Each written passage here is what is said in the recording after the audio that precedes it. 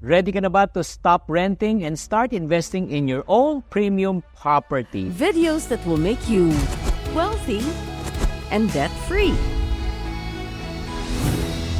Alam mo ba that real estate is one of the biggest investment that you might spend your money on? So bago tayo bumili ng real estate, kailangan pag-isipan muna, pag-aralan muna natin. Sometimes you can turn your dream into a nightmare kung ikaw ay magkamali. Kaya nga sa video na ito, pag-usapan natin types of real estate, bakit maganda real estate, how to choose the right real estate, and what happens if you choose the wrong property. Pero bago tayo mag-umpisa, I just like to thank RLC Residences for making this episode possible. So, ano po yung mga forms of real estate? Marami po siya, like condos, townhouses, houses, or number 2, yung mga commercial spaces for business.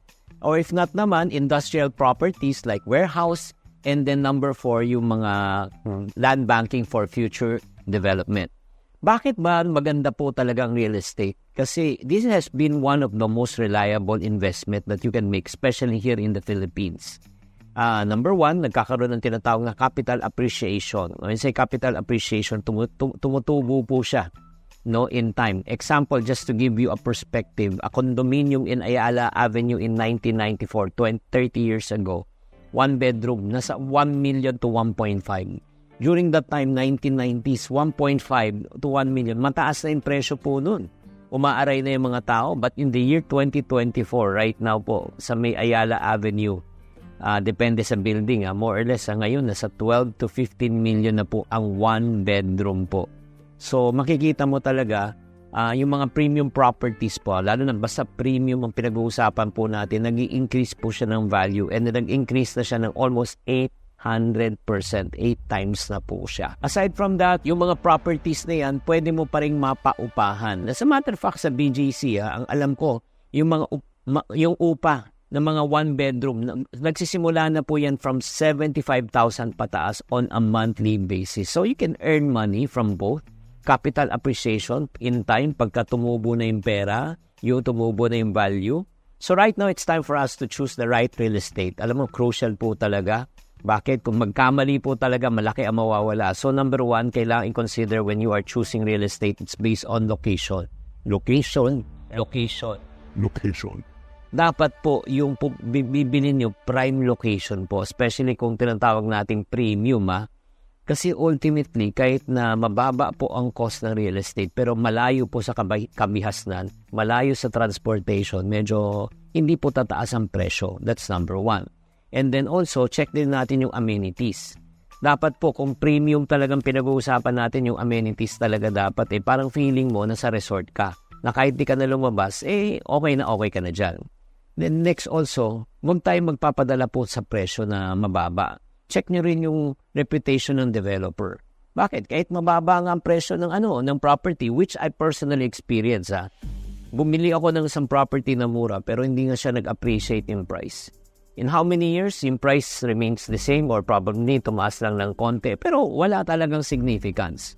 Diba? Pero companies like RLC, Robinsons Land Corporation, they are one of the most stable. And I do believe, yung talagang mapagkakatiwalaan. Pero developers like RLC Residences, Residential Division ng Robinsons Land, they are one of the most stable developers in the country at naniniwala ako na pwede silang pagkatiwalaan. RLC Residences has been in the industry for decades already. Purpose. Alamin mo rin yung purpose mo. Ano ba yung purpose mo? For personal use? For rental? For future resale? Kaya kailangan identify yan. Kaya what happens kung ikaw naman ay nagkamali? Ay nako. Pag tayo po ay nagkamali, which ako nagkamali na, number 1, potential niyan is financial loss. Number 2, stress. Number 3, pagsisisi. A feeling of regret. Honestly, ako personally na-experience ko yan. Siyempre, nabudol po ko, hindi ko naman naintindihan kasi mababa, low down payment and everything. Doon tinurn over na po sa amin ng property. Alam nyo, grabe. Undersized talaga. Sabi ko, sino titira dito? Mga hobbit? Maliit na ako Oo, lumiit pa. Not only that, lahat ng pinangako po nila hindi po natupad. Wala siyang amenities, meron siyang pool, pero yun nga, wala siyang gym, walang ano. So in other words, drawing lang. Kaya nga, when you select the wrong property, it can lead to financial strain. Kaya nga, if you're looking for a long-term investment, Hindi mo lang titirhan. I suggest you choose premium. Okay, the keyword is premium. Medyo mataas siya right up front, but in the benefit of the long term, ay talagang wala. Sobrang sulit siya. So, anong advantages when you go for premium? Number 1, higher appreciation. Tataas presyo. Number 2, better amenities. And number 3, especially, ang binibili kasi talaga ng tao, hindi lang location, pero peace of mind. Yung gusto mo, pag lumabas ka ng bahay talaga, secure ka. Na wala talagang pwedeng pumasok sa bahay nyo. And that is the most important part, especially in buying a home. Do you agree? Type agree kung kayo nag-agree. So right now, the question is how to identify a premium property. Bibigyan ko po kayo ng checklist. Number 1, again, yung location po. Again, location, check nyo po. Kung maganda ang location, mas mataas ang possibility na tumaas ang presyo. Commercial space ba siya? Or if not, malapit siya sa commercial area. Or if not, sa schools, mga ganun. Importante po yan. Ang kagandahan din, once you find a premium property, higher income potential yan. Kaya nga, ang gagawin mo, check mo yung rental prices sa area na yan. I-compare mo, di ba? Meron nga 2 building may alam mo ko, 2 building hindi ko lang pwede banggitin ang pangalan.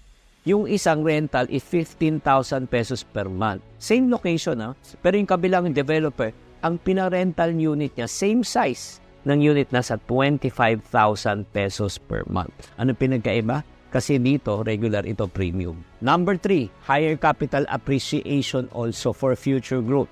Just like what I mentioned, the same building in the same area, yung isa, yung units right now, nasa 2 million, kabilang unit, same size, nasa 6 million naman. And then tatandaan, when you pay for premium, you also get premium neighbors. When you say premium neighbors, yung mga taong makaka-afford din po at a certain level.